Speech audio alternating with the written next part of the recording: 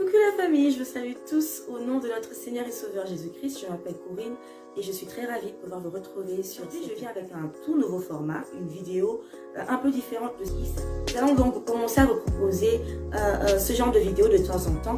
Elles auront pour but de répondre essentiellement aux questions que se posent des personnes qui viennent nouvellement d'être converties ou des personnes qui sont tout simplement intéressées à la foi chrétienne. Nous avons quelques conseils à fournir à quelqu'un qui vient nouvellement de se convertir, quelqu'un qui vient de devenir enfant de Dieu. Bien, la toute première des choses, c'est que tu dois naître de nouveau. C'est la première condition. Il ne suffit pas tout simplement de venir à l'église, il ne suffit pas tout simplement de croire en la force, en la puissance de Jésus, de croire que Jésus est divin. Parce qu'il y a des gens qui croient bien que Jésus est divin, que Jésus est surnaturel, mais qui n'ont pas encore fait la démarche de naître de nouveau. Nous voyons cela dans le livre de Jean chapitre 3.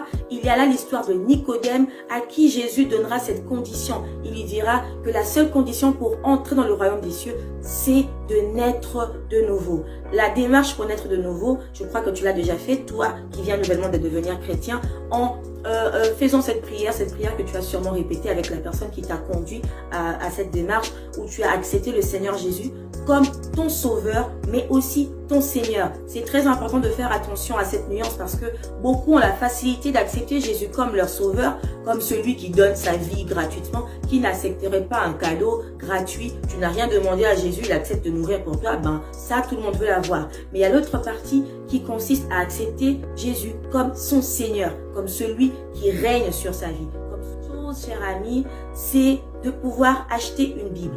Achète une Bible, toi qui viens de devenir chrétien. Il est important que tu puisses avoir ta propre Bible et que tu puisses la lire jour et nuit. Dans le livre de Josué, la Bible nous dit que ce livre de la loi ne s'éloigne pas de ta bouche. Pour que les paroles qui sont dans ce livre puissent être dans ta bouche, eh bien tu devrais lire ces paroles et aussi la méditer jour et nuit. Je te conseillerais, en achetant une Bible, de faire attention de chercher une version qui sera facile pour ta compréhension. Cherche une version en langue courante. Il y a plusieurs Bibles, en fait, plusieurs versions de Bible aujourd'hui dans la langue dans laquelle tu parles, peu importe si c'est l'anglais, l'allemand ou le français. Il y a plusieurs versions. Je te conseillerais de chercher une version qui sera facile à comprendre. Il n'est pas nécessaire d'avoir la même version que ton pasteur, parce que ton pasteur a peut-être cette version parce qu'il la comprend mieux ou parce qu'elle est plus facile pour les études, les recherches, pour préparer ses enseignements. Mais peut-être qu'elle ne sera pas pratique pour toi qui cherches tout simplement à te plonger dans la parole de Dieu, à méditer, à connaître encore plus ton Seigneur et ton Seigneur. Il y a beaucoup de gens qui polémiquent sur la Bible en papier ou la Bible digitale. Personnellement, je ne vois pas le but de cette discussion. Moi, j'ai les deux et je pense qu'il n'y a pas de grande différence. L'important est que tu puisses lire ce qu'il y a dans ta Bible. La troisième chose est que tu puisses prier afin de demander au Seigneur de t'orienter vers une bonne église. Il est important, il est nécessaire que tu puisses avoir une assemblée où tu vas avoir la communion fraternelle parce que la communion fraternelle est importante.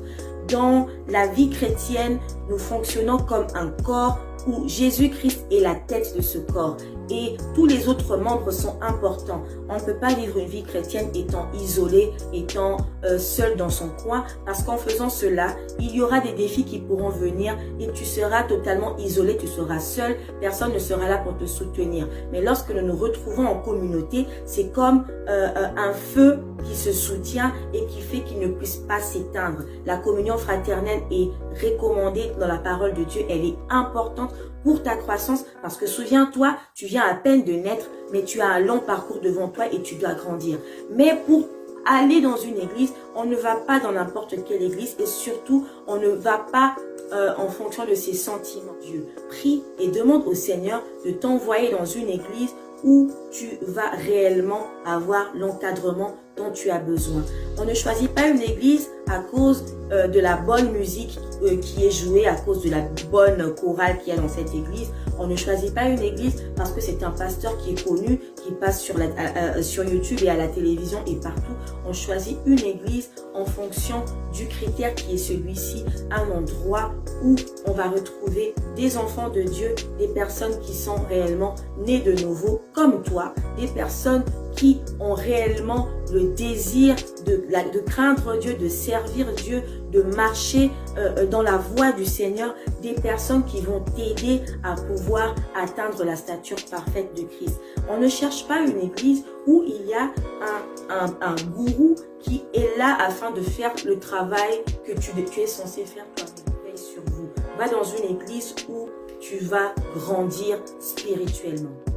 Quatrième chose que je te recommanderais, c'est de prier afin de recevoir le Saint-Esprit, le baptême du Saint-Esprit.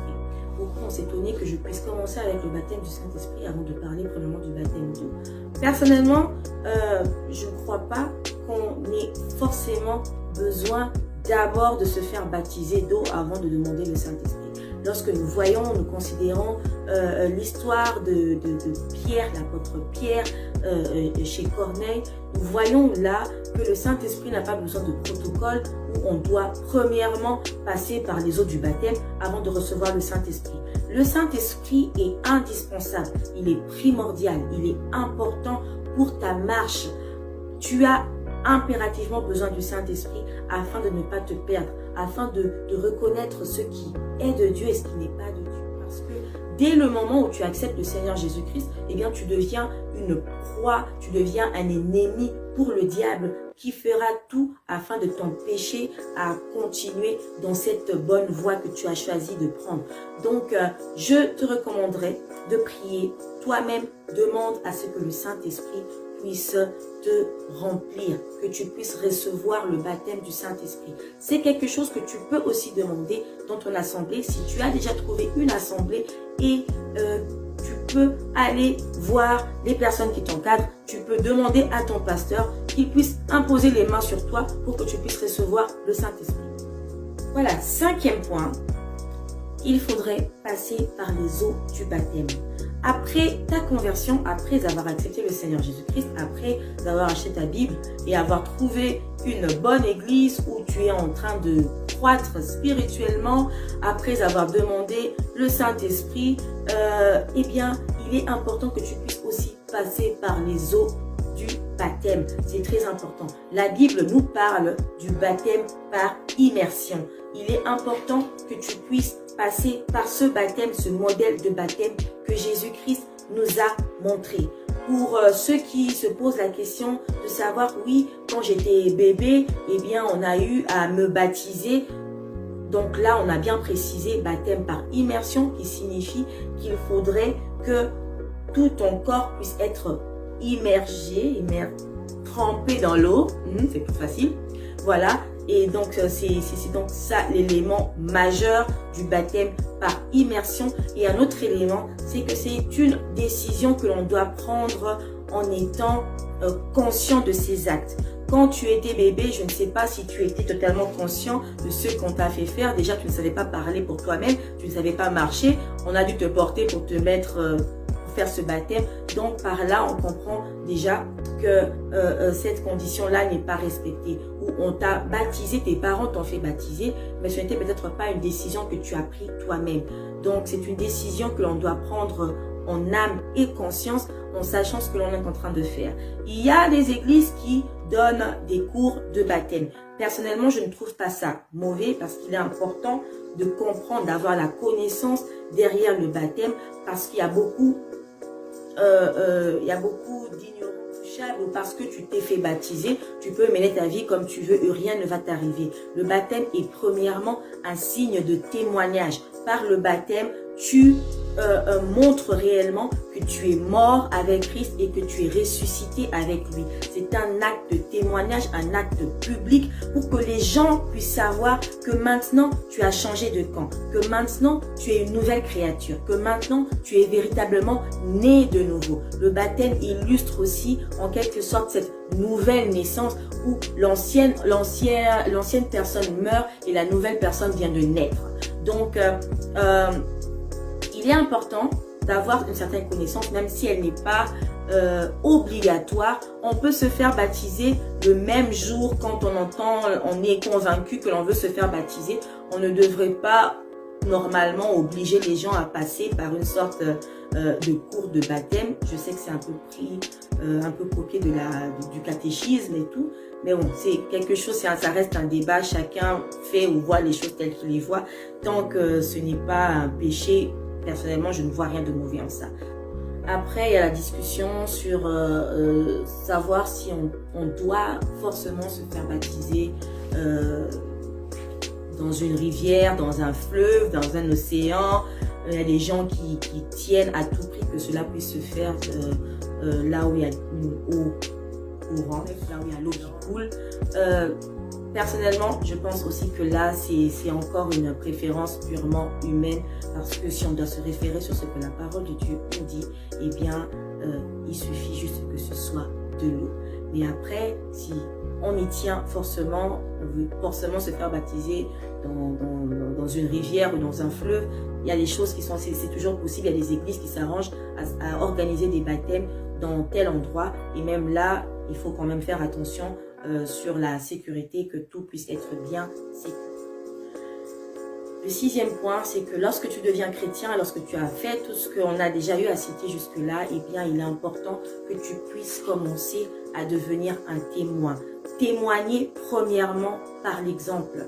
Il est important lorsque l'on devient chrétien, vous savez, c'est une grande joie, on est heureux, on est totalement excité, on est rempli de zèle, mais il faudrait faire attention de bien utiliser ces ailes afin qu'ils ne puissent pas devenir contre-productifs. Il est important de savoir que le meilleur témoignage que tu puisses apporter à tes amis qui ne sont pas encore convertis, aux membres de ta famille qui ne sont pas encore convertis, c'est d'abord en prêchant par l'exemple. Lorsqu'ils verront le changement en toi, lorsqu'ils verront comment tu es différent maintenant, comment tu parles différemment, comment tu agis différemment, comment tu réagis différemment, eh bien, ça sera la première grande prédication que tu auras à leur donner. Ça sera un grand témoignage de ta part qui rendra gloire à Dieu.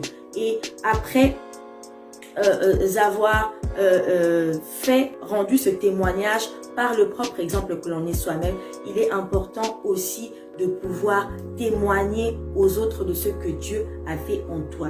Parle à tes amis, parle à tes frères, parle à tes sœurs, parle aux membres de ta famille, raconte autour de toi ce que Jésus a fait pour toi. Des fois, on a l'impression qu'il faut avoir des grands mots, qu'il faut connaître toute la Bible. Raconte tout simplement, commence tout simplement par toi. Raconte ce qu'il a fait pour toi. Combien de joie il t'a apporté, combien de paix il t'a apporté, combien de changements il t'a apporté, des choses dont tu ne pouvais pas te débarrasser, mais auxquelles tu as pu te débarrasser grâce à Dieu. Commence avec ça et tu verras comment le Saint-Esprit va t'accompagner et convaincre les cœurs.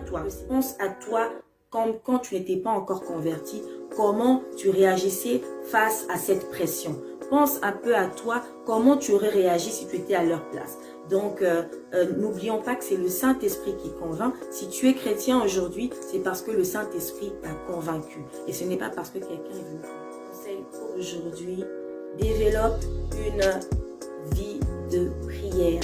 En parlant de vie de prière, nous devons savoir que le fait de prier en communauté à l'église ou quand nous sommes avec les autres ne suffira pas pour ta croissance spirituelle. Tu as besoin de développer ton intimité avec Dieu, et pour développer cette intimité, prends le temps de pouvoir prier. Ça sera difficile, tu devras vraiment chercher à te discipliner. Au début, même essayer de mettre une sorte de programme. Ne prie pas quand tu as envie de prier, mais vraiment cette discipline de te dire je dois prier. Si la journée a 24 heures, tu ne peux pas passer tes 24 heures ou passer 23 heures à faire autre chose et passer 10 minutes à prier.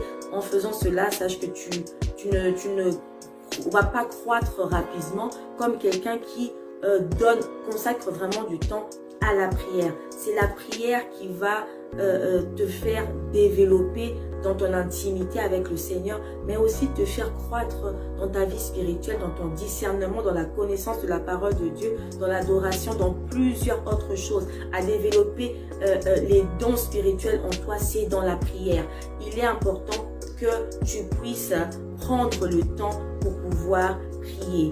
Sois quelqu'un qui aime la prière toi-même. La prière est quelque chose qui se déroule dans le secret. Dans la Bible, il est écrit que lorsque tu veux prier, entre dans ta chambre, ferme ta porte et prie ton Père qui est dans le secret. Il voit ce qui se passe dans le secret.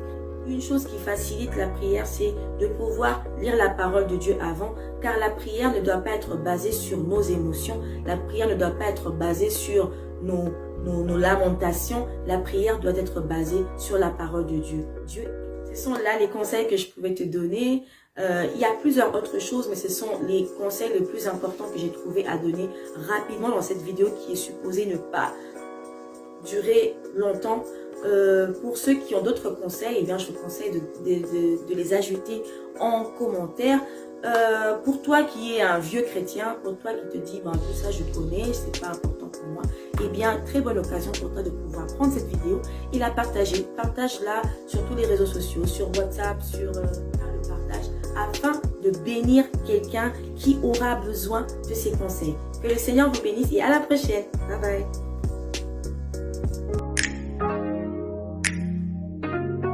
We the Royals, we want to invite you guys to have a great time with us.